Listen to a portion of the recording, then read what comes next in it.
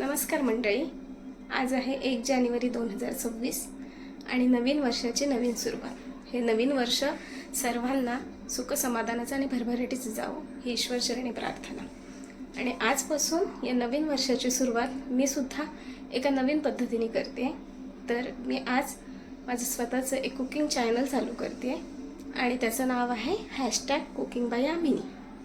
आणि ह्या नवीन चॅनलची नवीन सुरुवात करताना काहीतरी गोडाचं झालं पाहिजेच नाही का। तर आज करूया प्रसादाचा शिरा। आणि तुम्हाला जर ही रेसिपी आवडली तर फॉलो, शेअर, सबस्क्राईब, लाईक नक्की करा। तर बघूया त्यासाठी आपल्याला काय काय लागणार आहे। तर त्यासाठी आपल्याला लागणार आहे,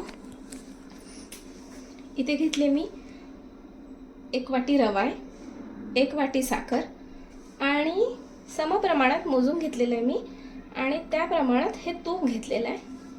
आणि हे आहे काजू आणि बदाम यांचा चुरा आणि त्यासाठी मी केळं सुद्धा वापरणार आहे 1। आणि इथे मी दूध गरम केलेलं आहे, जेवढं लागेल आपण त्या प्रमाणात दूध घेऊया। तर चला मग करूया का सुरुवात। चला तर रेसिपीला सुरुवात करूया। सर्वप्रथम मी कढई ठेवली आहे आणि ती व्यवस्थित गरम झाली की आपल्याला त्यामध्ये तूप घालायचं आहे। हे बघा, तर इथे मी आता तूप घालत आहे।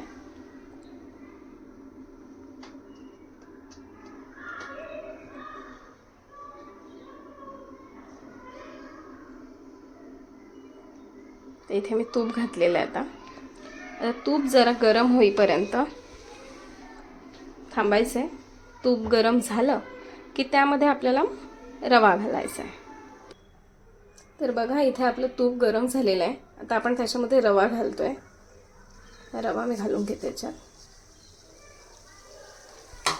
तर ह्याला ना बारीक गॅसवरच आपल्याला भाजायचं आहे।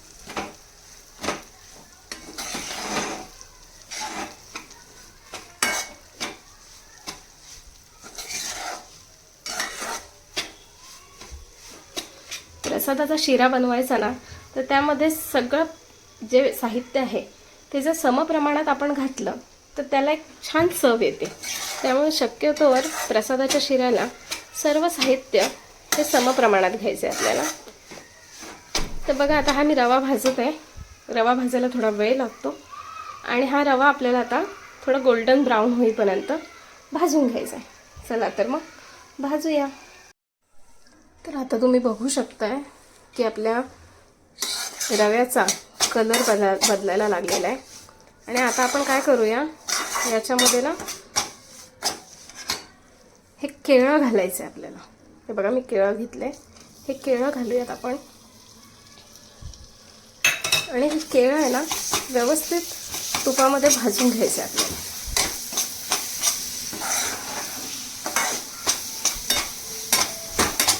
हे व्यवस्थित भाजून घ्यायचं आहे तुपामध्ये आपल्याला। थोडं लागलं तर वरून आपण तूप घालणार आहोत। हे व्यवस्थित भाजून घेऊया। हे बघा, आपलं केळं आता व्यवस्थित मिक्स झालेलं आहे आणि आता रव्याला कलर सुद्धा छान आलेला आहे। आता आपण काजू बदाम घालूयात त्याच्यामध्ये। हे काजू बदाम पण रव्यासोबत भाजून घ्यायचेत आपल्याला।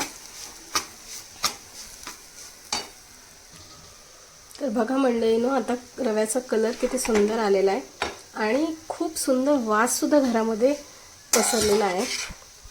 तर आपला रवा ना पूर्ण भाजून झालेला आहे।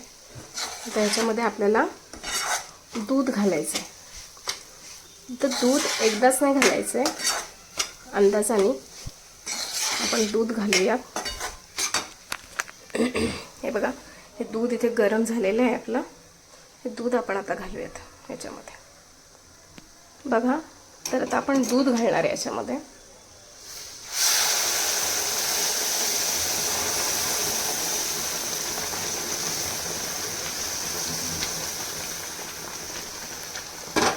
दूध घातलेलं आहे।